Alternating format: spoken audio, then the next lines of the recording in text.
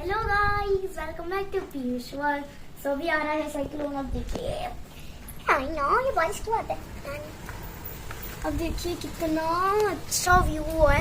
आप भी भुवनेश्वर में रहते हो तो ये व्यू आप जरूर देख पाओगे। साइक्लोन का नाम आपको पता है तो कमेंट में बताओ, मैं बोल देती हूँ। साइक्लोन का नाम है दाना, से सांप का दाना।